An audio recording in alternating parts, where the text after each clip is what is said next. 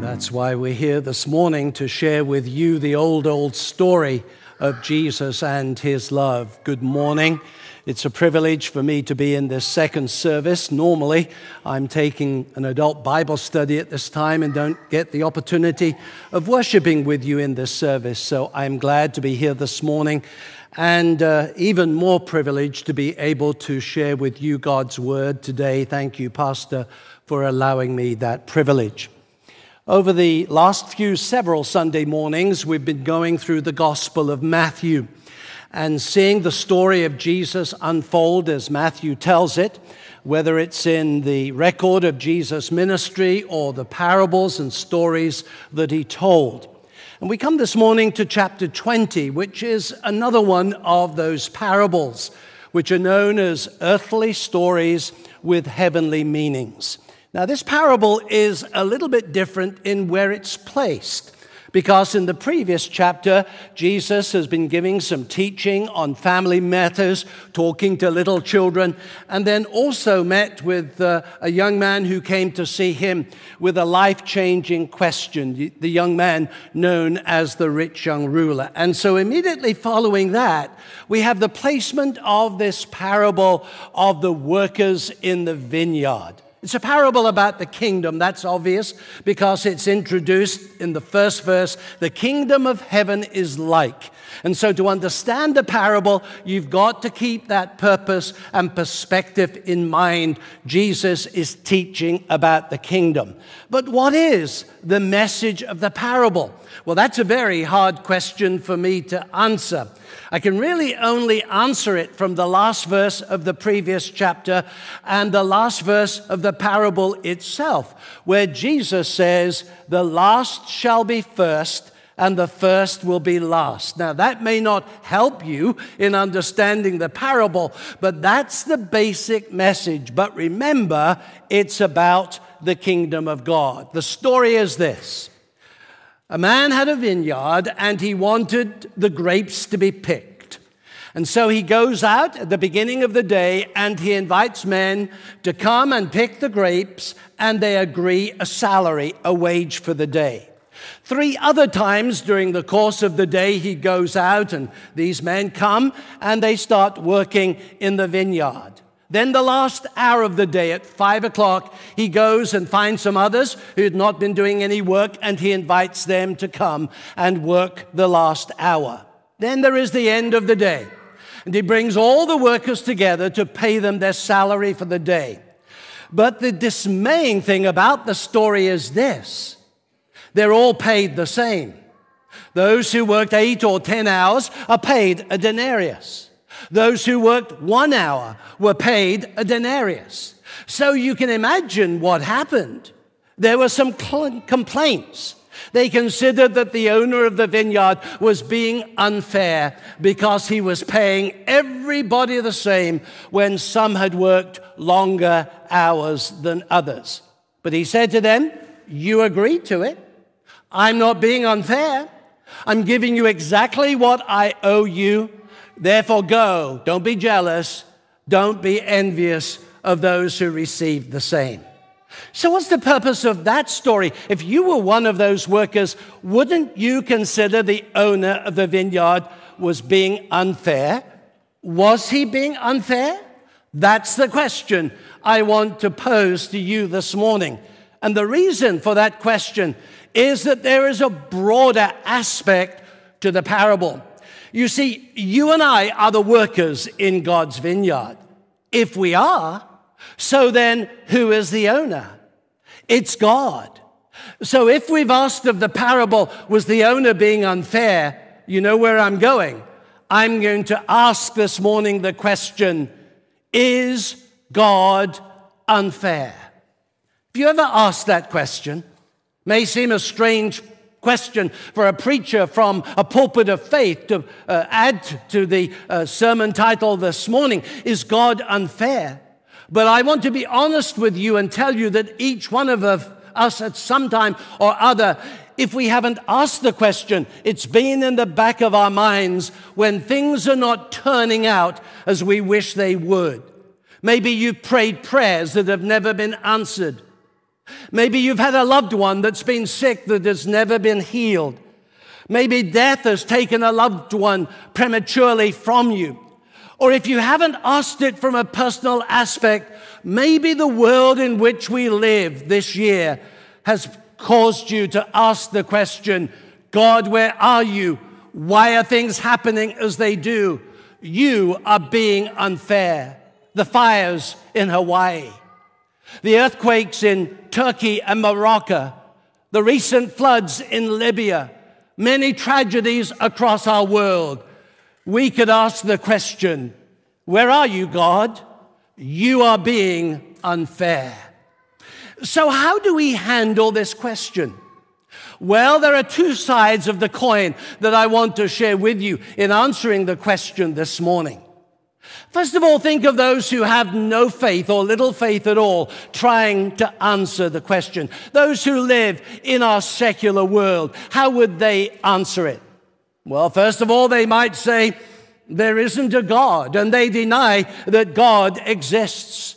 The story is told of a lady called Elie Wiesel, who was a Jew of very strong faith and who witnessed the scenes of the Holocaust. And slowly her faith was beginning to disappear by what she witnessed, by the incredible unfairness of life. And she came to this conclusion, God must not exist. Have you ever wondered that? Our world questions the very existence of God with the unfairness of life. Or maybe our world turns against God. They would say, if he exists, they don't want anything to do with him. How can a God of love, a God of compassion, a God of fairness be dealing with the world in the way that he is? He isn't really a loving God at all, so they turn against him. Or if they don't deny his existence or turn against him, they might say, God is impotent to help. He cannot do anything about the situation of our world. Rabbi Harold Kushner, watching his son die after an agonizing death, came to this conclusion, and I quote, even God has a hard time keeping chaos in check. A God of justice, but not a God of power, a God who can do nothing. So these are the answers of our world. But are they answers? I want to flip the coin. And I want us to consider how you and I, as people of faith, would answer the question, is God unfair? And I want to answer that as people of faith by looking at three characters in the Old Testament who questioned the fairness of God. The first one was Abraham. You know quite a bit about Abraham and the course of his life. Going many years without a child, even although God had promised that through him the whole world would be blessed. Was God unfair to make that promise? Abraham initially thought so, until God answered his prayers. And then you step over to the occasion when after he'd been given that son a few years, God said, okay, now I want you to slaughter your son. God, how could you do that? You fulfilled your promise, now kill my son. God, you are unfair. We know that God saved his son after Abraham was obedient. But the one that he really struggled with was Sodom and Gomorrah. That God was going to judge this wicked nation, the righteous with the unrighteous. You know where he was troubled by it? His nephew Lot was one of the residents of Sodom and Gomorrah, and Abraham begged God to save the city. And this is what he said in chapter 18 of Genesis, verse 25. Far be it from you, God, to do such a thing, to kill the righteous with the wicked, treating the righteous and the wicked alike. Far be it from you. Don't be unfair, God. And here's the question. Will not the judge of all the earth do right? So Abraham struggled with the fairness of God, even although he was a man of faith. But then what about Jonah? Remember the story of Jonah? God called Jonah to go and preach to wicked Nineveh. And Jonah said no, because he knew that God would be gracious to Nineveh. He knew that God would save Nineveh, and he didn't want that. Nineveh deserved to die. God zapped them. Don't save them. And so he ran, hid in the belly of a fish as though he had choice. The fish spewed him out. And on the beach, God called to him again. And Jonah went reluctantly to Nineveh, and guess what? God was unfair, was he? This is what Jonah said, I knew you are a gracious, compassionate God, slow to anger, abounding in love, a God who relents from sending calamity. Was God unfair? Jonah thought so. And then, what about Job? The story of Job is very interesting. A guy called M. Scott Peck wrote a book entitled The Road Less Traveled. And in that book, he summed up life. Life is difficult. Do you know how Job summed up life?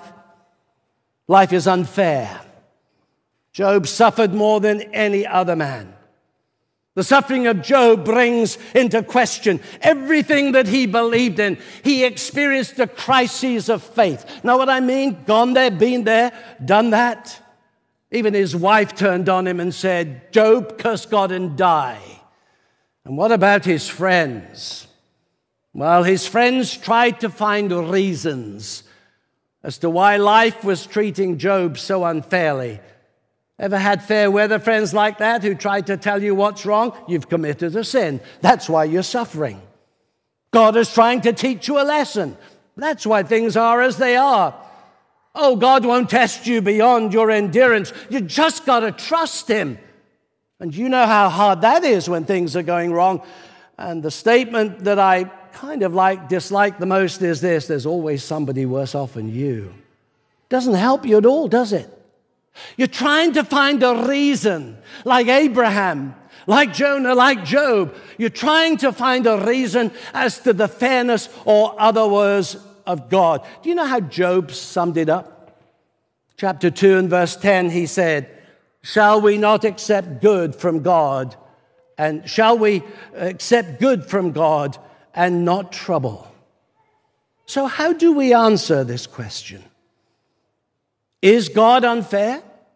Man of faith, woman of faith, is he? Well, let's look at one or two more characters. Joseph. Remember, after his father died, his brothers said, Joseph now will be completely vindictive toward us.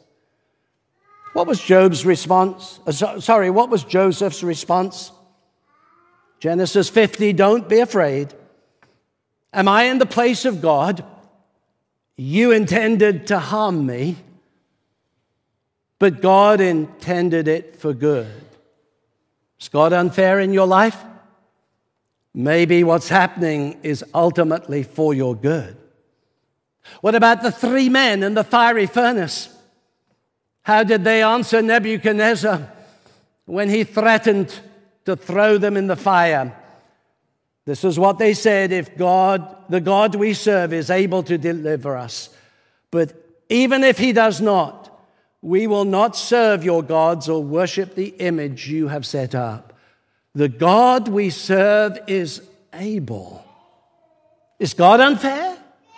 The God you believe in is able for the circumstance of your life this morning. And what about the dying thief? Talk about the parable of the wages and the workers. The dying thief received the treasure of paradise after only 5 minutes of being saved. You and I work a lifetime with the hope of seeing Jesus face to face. Was God unfair to save him? No, there is nothing unfair about God's grace.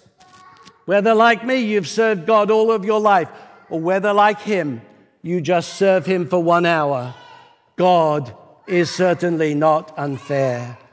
And our reading in the New Testament was from Philippians, where Paul wrote from prison in Rome. And do you remember what he wrote?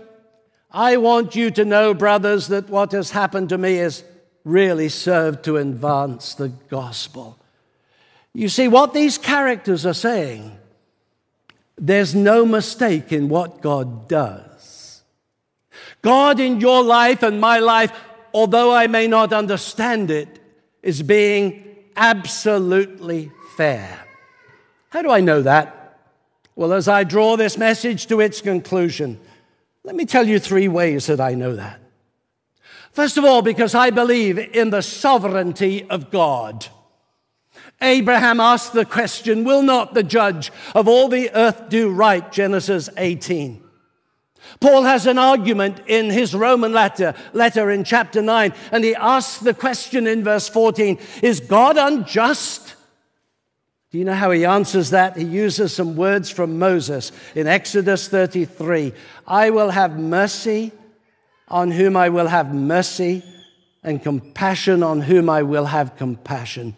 How do I know God isn't unfair? Because he's God. God knows what he's doing. God knows where he's going. God knows everything about your life, and he is working it out because he's God, and he does it best. The second way that I know that God is not unfair is the infinite wisdom of God. How can you and I, with our finite understanding, explain and understand the infinite wisdom of God? How can you and I ever hope to perceive the mind of God, let alone tell him what to do? Isaiah put it this way, my ways are not your ways, and my thoughts are not your thoughts. And Paul said this, who has known the mind of the Lord in Corinthians? He uses an illustration in Corinthians. We see in a glass darkly, one day face to face. We know now in part, but one day we'll know everything. At the moment, my friend, trust is what is needed in the wisdom of an infinite God who does all things well. Is God unfair? No, because of his sovereignty. Is God unfair? No, because of his infinite wisdom. But finally, is God unfair? No, because of the perfect plan of God. You see, you and I, as I said a moment ago, see a limited perspective. God sees the whole journey. When you've lived as long as I have and you look back over the span of 70 plus years and see what God has been up to, you know there is no mistake in the way that God leads you. Or as 2 Samuel says, as for God, his way is perfect. Or as Job put it at the end of his testimony, he knows the way that I take. When he's tried me, I shall come forth as gold. So here's the question from the parable of Matthew 20. Is God unfair? No. He has a far bigger plan than you can know or understand. Why? Because he is God. Few of you have heard of a man called George Matheson. George Matheson was born in Scotland in the 19th century. And when he was in his 20th year, he was engaged to a young society lady and was planning a wedding, and he was going into Christian ministry. But he was to learn that he was going blind, and the doctors told him that within 1 year he would be totally blind. He was devastated, broken by that experience. But an even worse situation was to unfold when his fiancée 3 days later came to him and said, I cannot be married to a blind man, and broke off the engagement. Destroyed, devastated. God, you're unfair. Matheson didn't say that. Instead, he wrote a song. It's not in many books over here. I did discover it in a Methodist hymn book. And again, Pastor, I apologize for having a Methodist hymn book on a Lutheran pulpit, but that's where I found the song. He wrote a song entitled, O Love That Will Not Let Me Go. I read the first and the third verse, but the third verse is the verse that brings it all together. O love that will not let me go, I rest my weary soul in thee. I give thee back the life I owe, that in its ocean depths its flow may richer, fuller be. Here's the verse. O joy that seekest me through pain, I cannot close my heart to thee. I trace the rainbow through the rain and feel the promise is not vain. That morn shall tearless be. Is God unfair? No. Absolutely fair in your life and mine. May God bless his word for his name's sake.